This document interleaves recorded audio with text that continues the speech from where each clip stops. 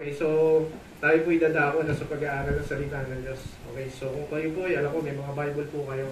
So inanyahan ko po bawat isa na makibukas po sa aklat ng Pahayag, chapter 3, verse 15 to 16. Okay, ang topic po natin sa umaga ito is tungkol po sa pananampalataya. Okay, Pahayag, chapter 3, verse 15 to 16. ASND po yung gamit ng version. Alam ko ang mga ginagawa ninyo. Alam kong hindi kayo malamig o mainit. Gusto ko sanang malamig kayo o mainit, ngunit dahil maligam kayo, isusuka ko kayo. Diyos mo magpala sa pagkabasa ng kanyang banal at makapangyarihang salita. Tayo po ay manalangin. Hallelujah. Purihin ka aming Diyos, nakila sa lahat, aming Panginoon. Minsan kaparagan patuloy po namin iniaalis sa inyo aming pagsamba, papuri sa umagang ito. Kaparagan, salamat po for bringing us here, Lord, safely. Bringing us here, Lord, na may mga kagalakan sa puso. Salamat po ng fellowship aming Panginoon at salamat din sa pagkikisama mo sa amin sa umaga ito. Para God, sa pagdako po namin sa pag-aaral ng mga salita, Lord, we ask and we pray na maranasan ka namin. Patuloy kang maranasan, Lord, ang bawat isa. Paano ka namin naranasan doon sa mga unang part ng program, ay patuloy ka namin maranasan sa part na ito, ang programa ito. Pag-aaral namin ng mga salita. Para God, wala kaming karunungan, Lord, karunungan namin pantao lang. Kaya Lord, we are asking for your wisdom. We're asking, Lord, na yung salita ay malayang dumaloy. Lord, hindi lang po sa akin, kundi sa lahat ng mga anak na narito. Ako, paano niyo po ako pinagpala sa mensaheng ito para gano'n din po ang maranasan na gano'n din po ang gawin niyo po sa kanila para yan. Lord, we pray, Lord, na maituan po namin ang buong puso namin sa pakinig na yung mga salita. As part, Lord, ng aming pagsamba sa umaga na ito. Lord, ano mga distraction ang nais ibigay sa amin ng kaaway, mga alalahanin, mga problema, Lord, na palagi namin naiisip. Lord, at ano pang mga maging dahilan para lumipad ang aming isip. Ganon din yung mga ingay sa paligid, mga kaguluhan. Maging yung pagsiselfone namin para God. Lord, alisin niyo po ang lahat na ibinibigay ng kaaway nito in Jesus' name. Lord, we declare wala silang karapatan sa gawain ito. Wala siyang karapatan sa buhay namin, aming Panginoon, pagkat kami mga anak mo, aming Panginoon. Para God, kiniklaim namin para God ang pagpapala, ang pagtuturo niyo po sa amin, para God, pagbibigay niyo po sa amin ng pag-asa sa pamamagitan po ng mensahe sa umaga ito. Para God, minsan pa, we ask Lord ng pagbabalik po ng banal na dugo ng Panginoon sa Kristo sa bawat isa sa amin sa kabuuan ng lugar na ito, aming Panginoon. I-claim po namin ang pag-iingat at protection. Salamat po aming Panginoon. Ang lahat ng ito, kiniklaim namin para God, Lord, at wala kaming ibang pinapasalamatan, wala kaming ibang itataas at sasambahin, kundi tanging kayo lang aming Panginoon Jesus. Para God, ang lahat po ng ito, aming dalangin sa pangalan ng buong anak at aming Panginoon sa Kristo. Amen. Sige po, makapunod po lahat. Okay, so sabi ko po kanina, no, ang topic natin is pananampalataya. Ito po yung tema natin. Pananampalataya natin, mainit, malamig o maligamgam. No? Based doon sa teksto natin kanina, no, sabi dun sa pahayag, no, alam ko ang mga ginagawa mo, alam mo hindi ka malamig ni mainit. Mabuti pa sana kung ikaw ay malamig o mainit, ngunit dahil ikaw ay maligamgam, hindi mainit ni malamig, isusuka kita. Okay, itong part ng Bible na to, no, sinulat to sa pamamagitan ni Apostol John the Beloved. Ito po yung time na siya ay in-exile sa island of Patmos at nagpakita sa kanya walang iba kundi ang ating Panginoong Hesus mismo sa vision. At sabi niya sa vision, no, ito ang sabihin mo sa lahat ng iglesia. Okay, may 7 iglesia. Pero alam niyo po ba, itong Laodicea, okay, yung pinagtungkulan nito, kung kanino po in-address to, is sa iglesia po ng Laodicea. At sa lahat po ng 7 iglesia po na in-address ni Jesus Christ through Apostle John, ito po yung pinaka-harsh na sinabi ng Panginoon. Ibig sabihin yun yung pinaka-magrabe, yung Laodicea po. Pero yun yung sabihin ba naman, no? Alam ko lahat ng ginagawa mo. Hindi ka mainit, hindi ka malamig. At dahil maligamgam ka, I will spit you out. Isusuka kita. Ibig sabihin, hindi ka katanggap-tanggap sa Panginoon pag katulad ng mga pananampalataya ng Laodicea, that time, na maligamgam, ang sabi ng Panginoon, isusuka kita. Hindi ka lugod-lugod, hindi ka gusto-gusto ng Panginoon ang isang maligamgam na pananampalataya, mga kapatid. Okay. Ang iglesia ng Laodicea, okay, ang galing talaga gumamit ng Panginoong Hesus ng analogy, ng figure of speech. Ginamit niya yung tubig. Alam niyo kung bakit? Gusto niyo po malaman? Okay, kaya niya ginamit dahil mismo sa lugar ng Laodicea, Okay, ang water resource nila is from an aqueduct. Pag sinabing aqueduct, yun po yung parang tubo during ancient times. Doon po dumadaan lahat ng tubig. At doon sa southern part ng Laodicea, okay, bago ko makalimutan, ang Laodicea, sa present time, ang Laodicea matatagpuan siya sa Turkey. Okay, yung Laodicea mismo, kumukuha sila ng tubig through an aqueduct. Okay? 6 miles southern of Laodicea. Imagine kung gaano kalayo. Not kilometers, but miles. 6 na milya ang layo ng aqueduct na dinadaanan ng tubig. So imagine, maglalakbay yung tubig doon sa southern part niya, 6 miles papunta ng Laodicea. Pagdating ng tubig doon, hindi na siya malamig, hindi rin siya mainit, kundi maligamgam. At alam nyo ba, during that time, yung mga maligamgam, hindi katulad sa atin yan, very beneficial yung maligamgam kasi malinis eh. Tama po ba? Sino ba yung mga uminom na maligamgam na tubig sa umaga dito? Ay, si Nanay Fabio, ay sila. Diba? Beneficial. Pero during their time, dahil wala namang filter nun eh. So pag dumating sa kanila yung maligamgam na tubig, pag ininom na nila, nagkukusto ng sakit. Because of bacteria. Alam niyo po ba yung maligamgam na tubig, kapag hindi siya napipilter, mas madali siyang kapitan ng bacteria. Kaya nga, kapag naiinom ng mga taga-Laodicea, yung galing dun sa aqueduct, sinusuka nila o nasusuka sila. Okay, nakita niyo kung paano gumamit ng analogy ang Panginoon, no? Okay. Unang puntos natin, okay. Pag-aaralan natin yung teksto natin doon sa Pahayag chapter 3 verse 15 to 16. Okay, sabi doon sa verse 15, no? Sabi sa verse 15, sabi ng Panginoong Hesus, alam ko ang mga ginagawa ninyo. Okay, hindi lang yan in-address or na-address sa Laodicea. Pero hanggang ngayon, sa panahon natin, hindi natin may aalis to. Alam ng Lord ang mga ginagawa natin. Amen to that? Amen po na tayo mga kapatid. Walang nalilihim sa Panginoon. Kahit magtago ka pa sa napakalalim na kuweba, kahit magtago ka pa sa kwarto mo, magtago ka sa napakalpal mong kumot, lahat ng iniisip ng Diyos, alam na alam niya. Kahit isikreto mo pa sa best friend mo yan, isikreto mo yan sa asawa mo, amen po ba? No? Isikreto mo yung sweldo mo ngayon, tapos nga po yung kamay ng mga lalaki nagtatrabaho. Ayun, no? Kahit isikreto pa natin yung babawasan natin yung sweldo natin, alam ng Diyos yan. Amen po ba? Walang nalilihim sa Diyos because He is an all-knowing God. Kaya sinabi niya sa Laodicea, alam ko yung mga ginagawa ninyo, wala kayong malilihim sa akin. Okay, gusto ko suportahan yan, no? Okay, Hebreo chapter 4 verse 30. Sabi dito, walang makapagtatago sa Diyos. Nakikita niya at lantad sa paningin niya ang lahat. At sa Kanya tayo, ano po sabi? Sa Kanya tayo mananagot. Ibig sabihin, lahat ng ginagawa natin, mabuti man o masama, ipagsusulit natin sa Diyos. Okay, yung Laodicea, yung sinabi niyang maligamgam ang pananampalataya niyo, definitely, alam na natin, dahil alam ng Diyos ang mga ginagawa nila. At sigurado ako na hindi maganda ang ginagawa nila dahil nag-fall sila sa isang maligamgam na pananampalataya. Hindi maganda ang kanilang mga ginagawa.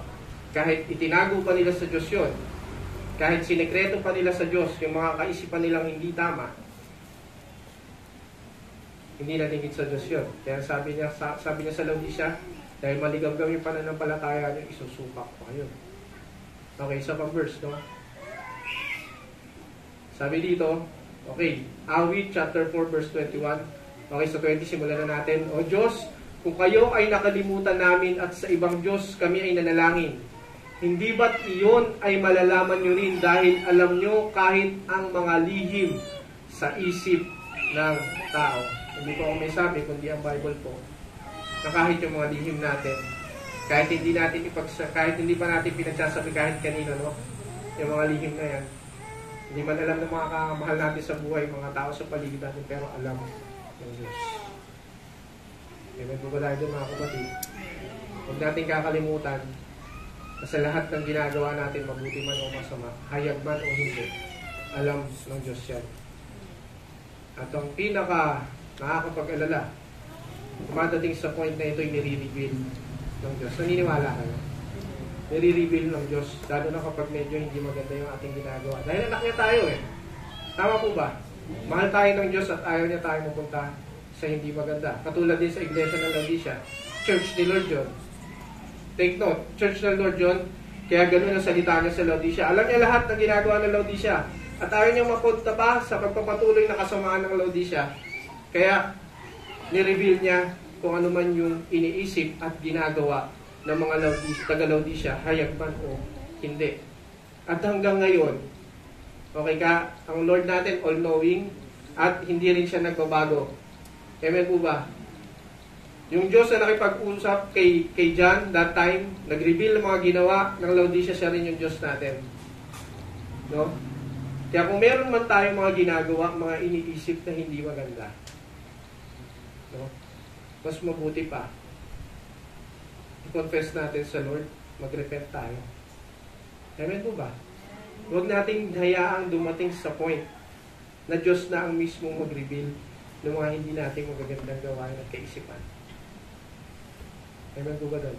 Amen po ba tayo mga kapatid? No? Okay, mabilis lang yung point number 1 natin. No? Malinaw po tayo doon. Alam ng Diyos ang ating ginagawa. Okay, dun sa pangalawang part ng verse, ng teksto natin, no? Ang kalagayan ng ating pananampalataya ay nakabase sa ating mga gawa. Naniniwala kayo? Ang kalagayan ng ating pananampalataya ay nakabase sa ating mga gawa. Okay, nung time na ni-reveal ng Lord, so mga taga-Laodicea yung ginagawa nila. Sinabi ng Lord yung kalagayan ng pananampalataya nila. Hindi kayo malamig, hindi kayo mainit, kayo ay maligamgam. Kaya nagpo tayo doon. At dahil maligamgam kayo, susupak kayo. So, okay, gusto kong basahin yung Santiago, chapter 2, verse 26. Sorry.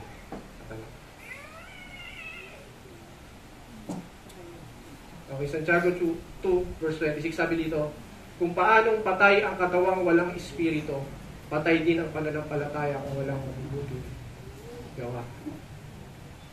Patay din ang pananampalataya kung walang mabubuting gawa. Definitely, yung faith ng Laodicea, yung pananampalataya nila, dahil ito'y walang mabubuting gawa din, definitely, patay. Ang isang pananampalatayang patay, hindi kalugod-lugod sa Diyos. Amen po ba? Sabi doon, patay din ang pananampalataya kung walang mabubuting gawa. Okay, gusto kong basahin dito. No? Sabi dito, Mateo 7:16-17. Makikilala ninyo sila sa kanilang mga gawa. Ang matitinik na halaman ay hindi mamumunga ng ubas o igos.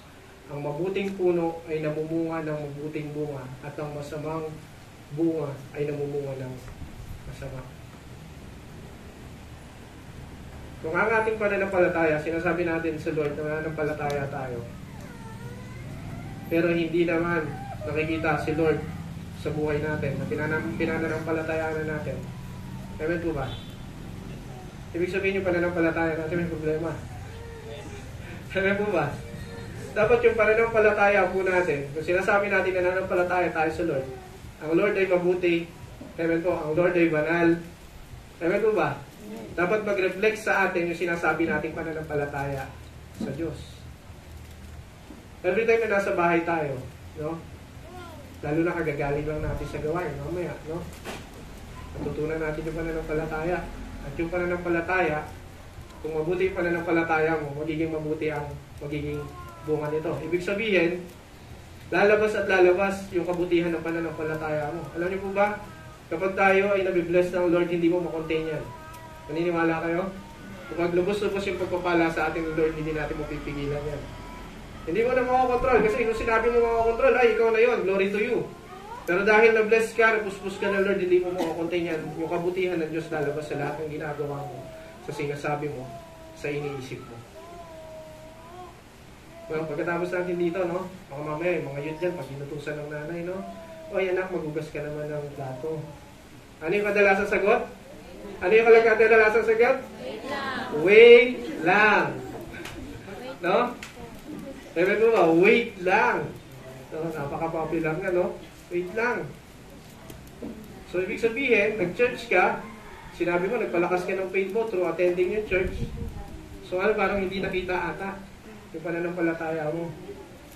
Eme po ba? Taas nga po kamay ng mga youth dito. Youth hindi po cute. Youth. Ayun. No? Glory to God, no? So, mga youth, no? Tsaka, ganun din yung pakikitungo natin sa magulang natin. Alam niyo po ba sa panahon natin ngayon, no?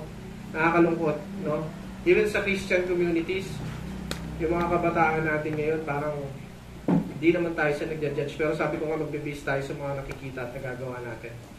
Sa panahon ngayon, sa bagay, nakasulat na rin naman niya sa Timothy, no? Dadating ang panahon na magiging pasama ng pasama ang mundo.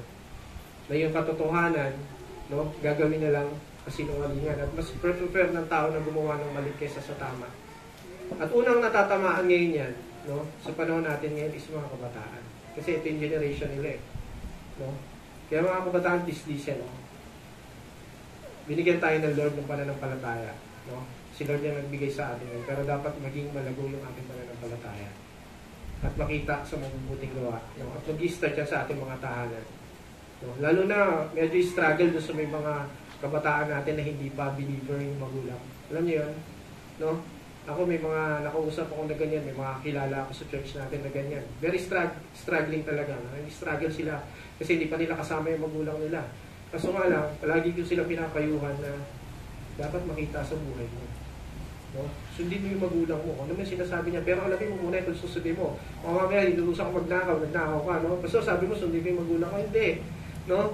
Dapat unang-una makita sa buhay mo para ma-bless din yung magulang mo. No? At pagdating ng panahon ng Panginoon, definitely may isasama mo yun dahil sa pananampalataya na may magandang bunga sa buhay mo. Amen po ba tayo doon, mga kapatid? Okay, ganun din sa mga magulang natin. Kala niyo, mga kabataan lang, ha? Okay, sa mga magulang din, no? Lalo na sa mga tatay, no? Sa mga tatay. Ako po, tatay ko ako. Nakita ko po yung bigat, no? Nasasabi ko mabigat. Bilang tatay, yung responsibility, lalo na sa isang Kristiyanong tatay. Kahit hindi na pastor, sa isang Kristiyanong tatay. No? Ano yung palaging, hindi ko makalimutan yung illustration, sino man nag-illustrate, si Bishop ata nag-illustrate, no? Pagdating mo sa langit, harap ka sa Diyos, no? Glory to God, nakapasok ka sa langit. Tapos pagharap mo, tatanungin ka ng Diyos, Ryan, nasa yung anak mo? Makikita mo, pag tinanong, pinatanong sa'yo ng Lord sa baba, nandun yung anak mo. Naiintindihan niyo po ba ako, mga kapatid? No?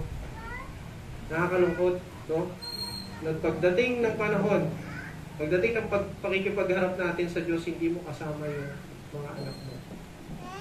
Ang laking dagok yun sa isang tatay. Alam niyo po ba, nung in-address ni Moses, yung mga kautusan, nalala niyo sa Deuteronomy chapter 6, no? Love your God with all your heart, with all your strength, no? With all your mind. Ang in-address nun, walang iba kundi ang tatay. Sabi ng Lord, ituro mo sa iyong mga anak ang lahat ng sinabi ko. Sulat nyo sa hamba ng pituan nyo. Naalala nyo po, ina-address yung mga magulang o yung tatay na pinipili. Kaya tayo yung pananampalataya natin, paano natin maipapasa yung isang mabuting pananampalataya, yung isang pananampalataya na nagbubunga ng mabuti, kung yung mismo pananampalataya natin hindi maganda ang bunga. May ba tayo doon? No? Nakakalungkot, no? May mga sa Christian community pa rin, no? May mga anak ng pastor, no? Hindi mo makitaan ng pagiging Kristiyano. Totoo po yun. Hindi po ako nag-advance. Nakikita ko po. No?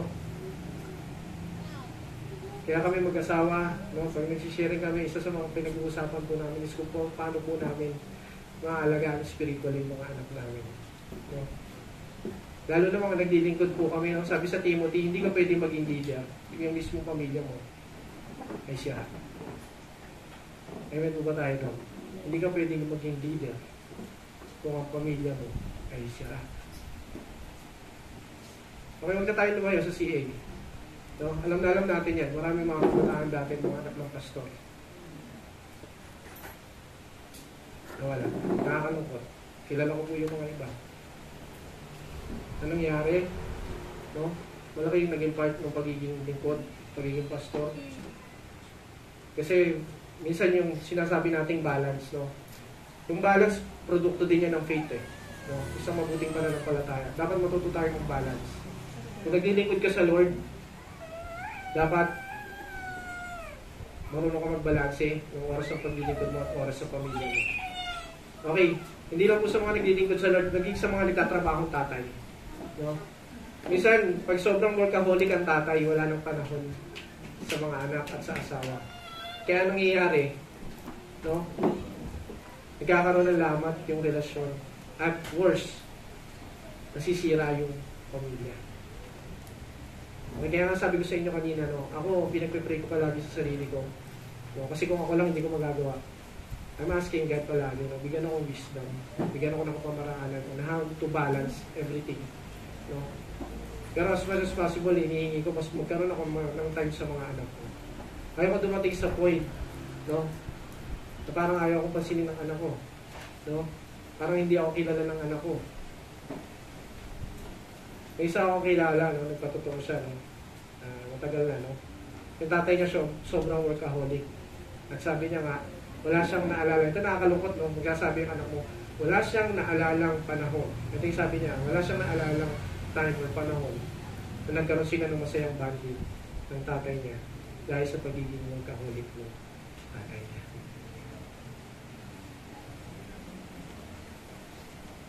Okay.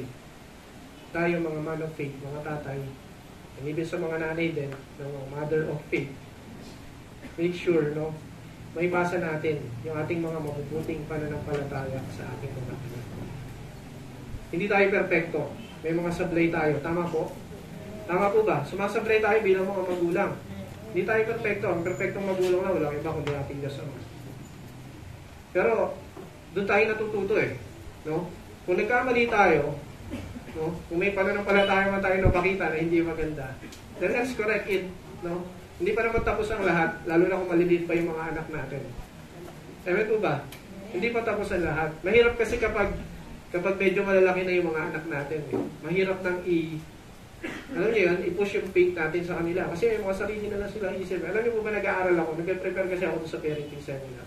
Ang sabi ng pag-aaral doon, kapag lumagpas ng age 11, 12, yung anak mo, na hindi mo na ipundasyon yung tamang gospel, take note tayo, yung tamang gospel sa anak mo, napakalaki na ng chance na hindi niya maintindihan or hindi mo na ma-plant sa kanya yung isang napakatibay na pundasyon ng mabuting balita.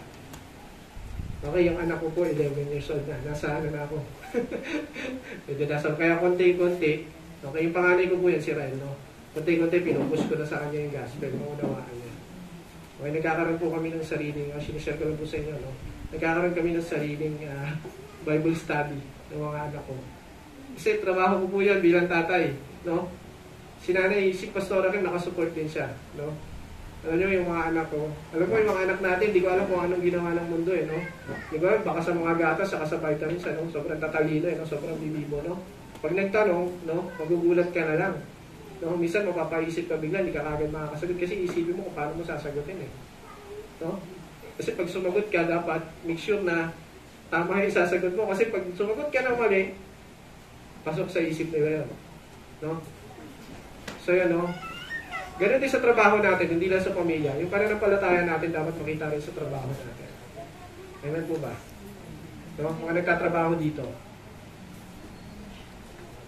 Dapat kung mabuti ang pananampalataya natin, mabuti rin yung makita sa ating workplace. Pumasok tayo on time, no? Napakasimple, no? On time, no? Tapos tayo madalas late, no? Paano mo masasabi na ikaw ay nananampalataya? Kaya minsan yung mga unbeliever mo kasama, sasabihin, Christian ba yan? Palaging late. No? Minsan nakala natin maliit na bagay lang, eh, no? Pero yung impact nito, no? Yung impact ng pananampalataya mo, yung impact ng bunga ng pananampalataya mo, ganun na pala. Sabi, Kristiyano daw, palagi na lang ulit. Diba? Ang masama pa nito, no? Uy, time in mo ko ha, pagdating ko dyan. No? Bisa kasi may mga gumagamit pa ng mga, ano yung card, diba?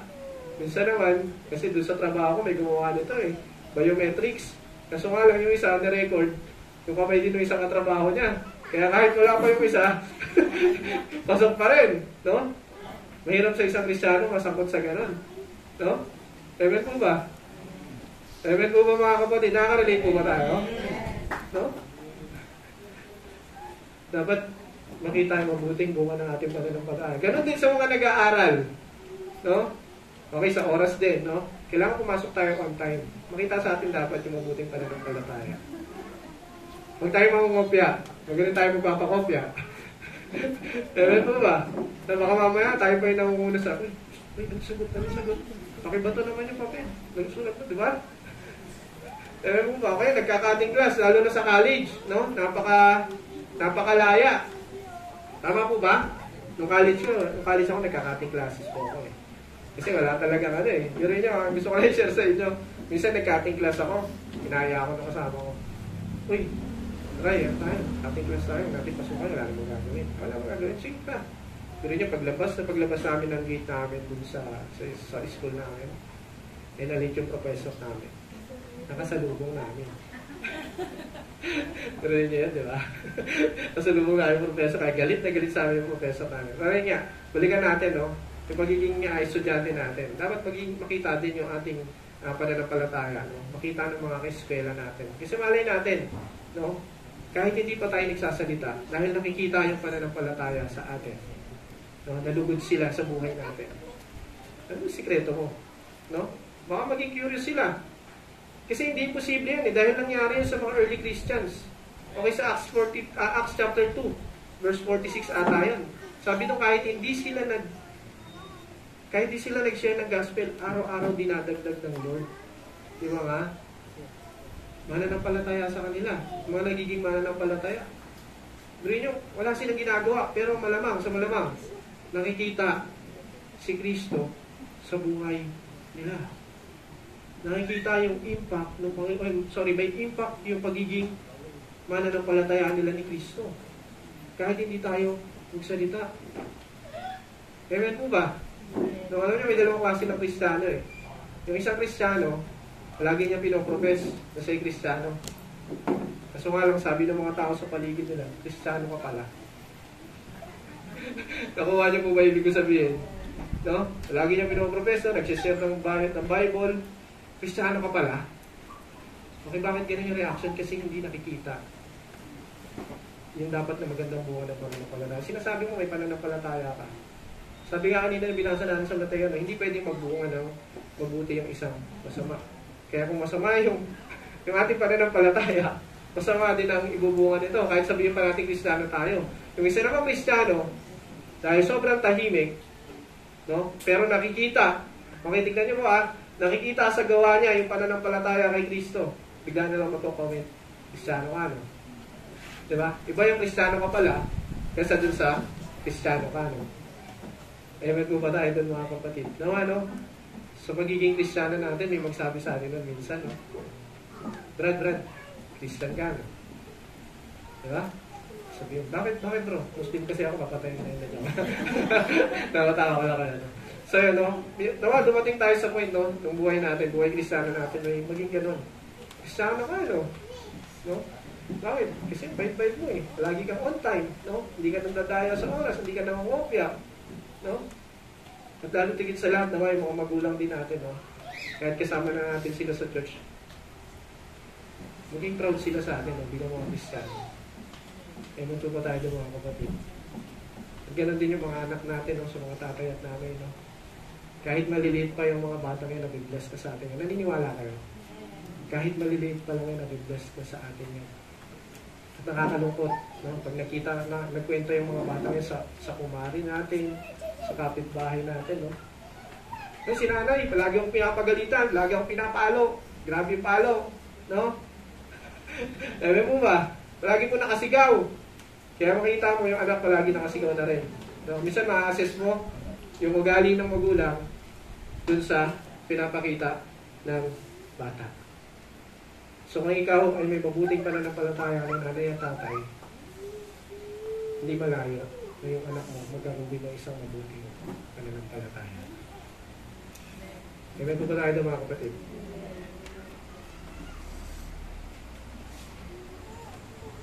Okay. Balik tayo sa Laodicea, no? Yung mga taga-Laodicea, makikita nyo, no? Pinakita ko kanina, medyo malabo lang yung picture, eh. Pero kung makikita nyo yung kanilang mga structures, parang katulad sa Greece, no? Sa Athens. Yung mga poste ng kulay puti. Yung mga pillar, no? Tapos kanina, binanggit ko sa inyo, meron silang aqueduct, yung dinadaanan ng tubig. This shows na yung Laodicea ay isang progresibong lugar. Mayayaman yung tao. Mayayaman. No? Ang ganda ng structure sila, may aqueduct sila. Talagang develop yung lugar. Mayayaman. At akala ng mga taga-Laodicea, even yung mga Christians na nandun, no? Yung mga naging church doon, no? Naging part ng church, mayayaman talaga. May kaya. No? May kayamanan. Pero akala ng mga taga-Laodicea, dahil sila ay mayaman, no? Sila ay may kaya, siguro matatalino, akala nila okay na yun sa harapan ng Panginoon. Akala nila, malulugod na ng mga pananampalataya nila. Yung mga ganong klase ng pananampalataya nila ang yun. Siguro baka maaari, baka mga self-righteous pa. No? Kasi di marunong tumanggap na ano eh. Pagka-correct eh. Ganun na lang yung pagkakasabi sa kanila ng Panginoon. Malamang yung ginagamit na nag-preach doon, no? Nire-rebuke sila o nare-rebuke sila sa salita ng Diyos. Pero gano'n na lang yung pag-describe ng Lord sa kanila nung isusuka ko kayo. Ibig sabihin, matindi talaga yung mga pinagagawa nila. Pero kahit doon nga sa yaman nila, no? Balikan natin, no? Yung yaman nila, akala nila yun yung basehan ng Lord sa kanilang palatayang kalugod-tubig sa Kanya, sa Lord. Okay, paano ko nasabi? Okay, gusto ko basahin sa Pahayag chapter 3, verse 17. Okay, sabi dito, basahin niyo maigi, sabayan niyo ako. Sinasabi ninyo na mayaman kayo, sagana sa lahat ng bagay at wala ng pangangailangan. Ngunit hindi nyo alam, nakaawa-awa kayo dahil mahirap kayo sa pananampalataya, bulag sa katotohanan at hubad sa paningin ng Diyos. Bisa salita ng Diyos, mayaman talaga sila. Si Lord mismo nagsabi. When it comes sa material at financial na kalagayan, mayaman sila. At akala nila, dahil sa yaman nila yun, okay na sila sa harapan ng Panginoon, pero niribok sila ng Lord. Okay, dinescribe yung pananampalataya nila na mahirap na pananampalataya. No? Akala nila, pag mayaman sila, mayaman din sila sa pananampalataya, mali. At ito nakakalungkot, no? Which is nangyayari sa atin today. Sabi doon sa pangalawa, bulag sa katotohanan. Ibig sabihin, harap-harapan, nakikita na yung totoo. Nakikita na yung tama. Amen po ba?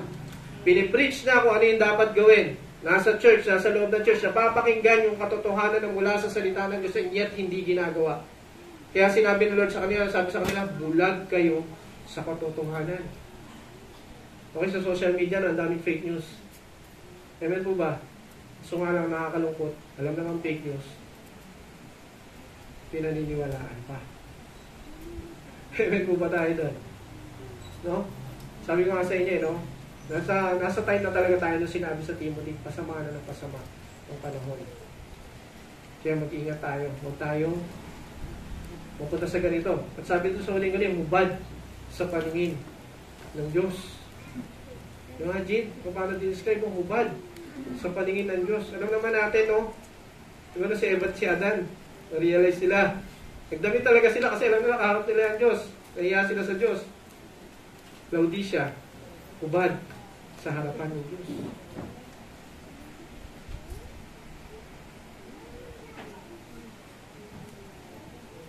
Mahirap sa pananampalataya, bulag sa katotohanan at hubad sa paningin ng Diyos.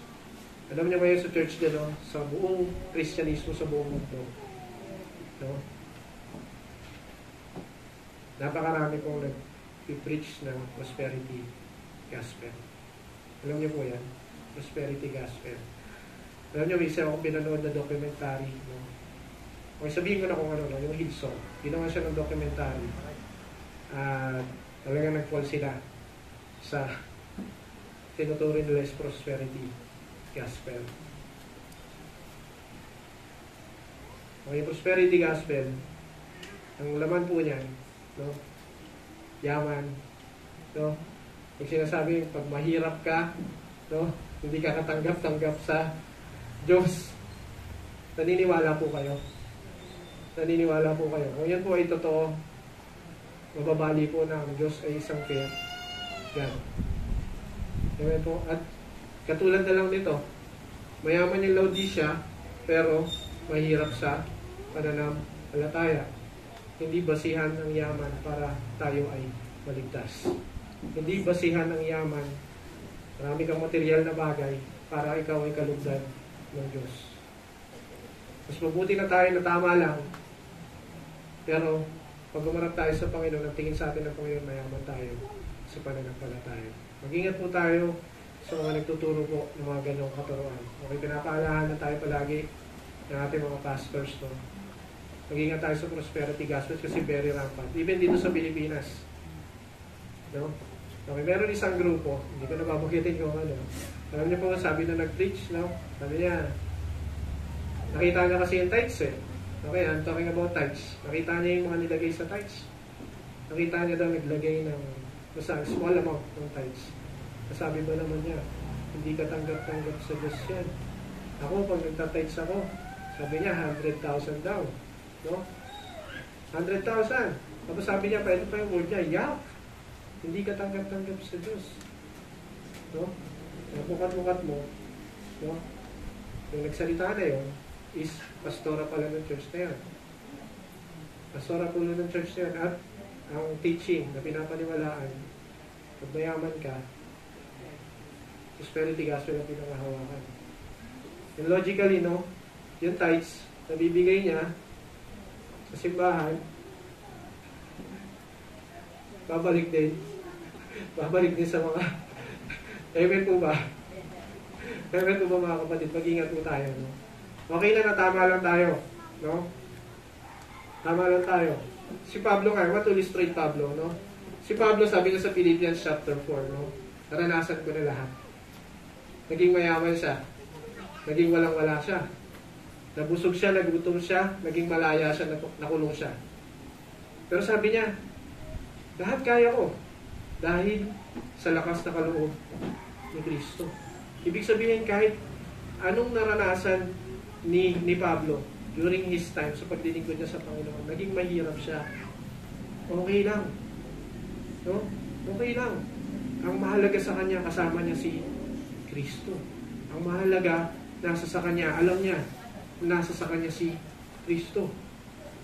Kasi di ba sabi nga, anhin mo man yung lahat ng bagay dito sa mundo,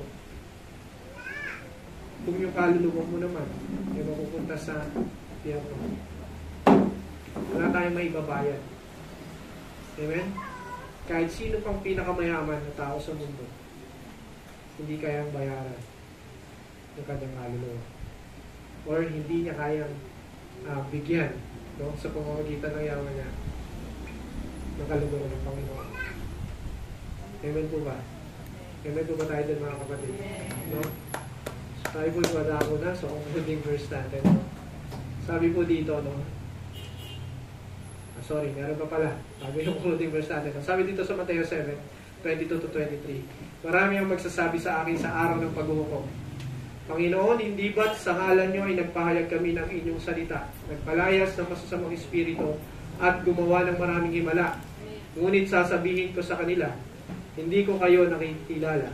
Lumayo kayo sa akin, kayong mga gumagawa ng masama. These people, sinasabi nila nananampalataya sila sa Diyos. And yet, hindi. Yung bunga na sinasabi nilang pananampalataya, hindi mabuti. Dahil si Lord Jesus mismo nagsabi, gumagawa ng masama. Taas nga po yung kamay ng mga dilingkod sa church dito. Taas po. Huwag po tayo mahiya. Okay, praise God. Nakakalungkot, no? Dumating tayo sa point na gano'n pagharap natin sa Panginoon. No? Sabi nga sa sinasabi sa mundo ngayon, no? Who you? No? Sabi sa atin na Lord, who you? No? Ito, nagmalaki pa no? Lord, nangaroy kami ng salita. Palayas kami ng demonyo, gumawa kami ng maraming kamila. Grabe, no? Nakaka-amaze, no? Titignan mo. Anointed.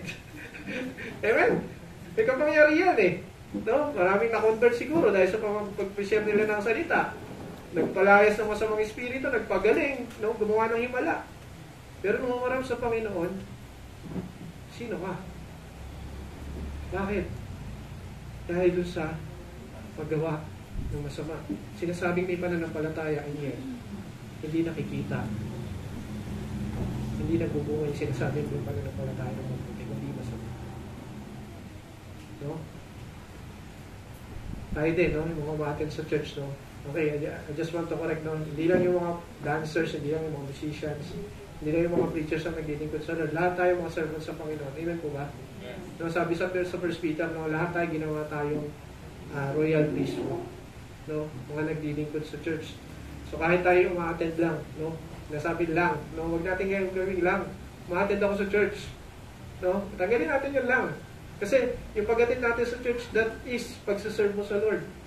And yan ang dahilan kung bakit tayo consider na servant ng Panginoon, lahat tayo. No? Pagdating ko sa pagharap sa Panginoon, Lord, every Sunday po ako nag-church, no? Wala po akong absent. Amen po. Pero sana maganda yung sagot ng Lord sa ulit. Sige na, tuloy ka na. Nang alam ko yan. Dahil mabuti, yung pag-attend mo sa church, no? Hindi lang yung pag-attend mo sa church yung nakita ko, hindi yung bunga ng pananampalataya ko dahil sa pag-attend mo sa church. No, mabuti yung ginawa ko. Ano ang pagdahamag natin sa Panginoon, no? Sabihin sa atin ng Lord, welcome, my good and faithful servant. No? So, palagi natin tignan yung ating pananampalataya. Okay, for our concluding verse. Salamat. Salamat.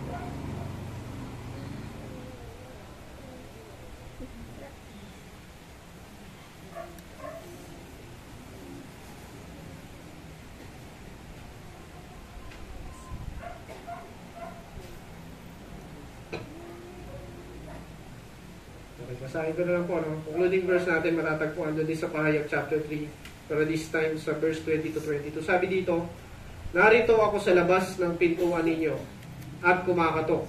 Kung may makarinig sa akin at buksan ang pinto, papasok ako at magsasalo kami sa pagkain. Verse 21, ang magtagumpay ay pauupuin ko sa tabi ng aking trono, tulad ko na nagtagumpay at naupo sa tabi ng trono ng aking Ama. Verse 22, kayong nakikinig, pag-isipan ninyong mabuti ang sinasabi ng Banal na Espiritu sa mga iglesia. Okay, sabi ko nga sa inyo kanina, yung in-address o kung paano in-address ng Lord yung Laodicea, yun yung pinaka-harsh. Okay, yung lahat, bagamat may mga pagkukulang, pero iba yung pag-address sa Laodicea. Try din natin basahin yung iba pa mga 6 other churches kung paano sila in-address ng Panginoon. Pero alam nyo, mas maganda yung pinaka-harsh kasi nakaka-review eh. Amen po ba?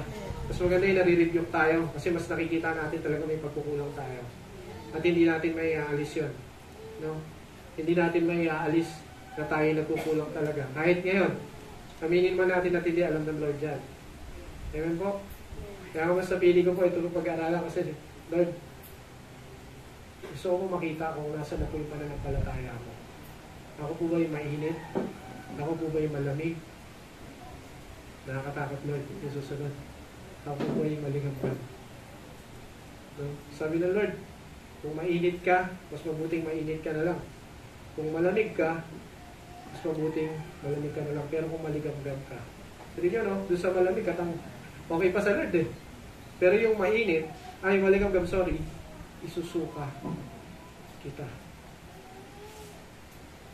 Tayo mga Kristiyano, alam natin yung katotohanan. Okay, ito yung mga maligam-gam yung mga Kristiyano. Alam yung katotohanan and yet hindi ginagawa. Kaya let's ask the Lord palagi, no? Give us the strength, the desire, and the ability na magawa kung ano man yung sinasabi niya sa kanyang mga salita. Magawa natin yung kalooban ng Panginoon. Masag pa, tayo po'y magpasalamat sa Panginoon. Palakpakan po natin natin sa Panginoon. Tayo po'y manalangin.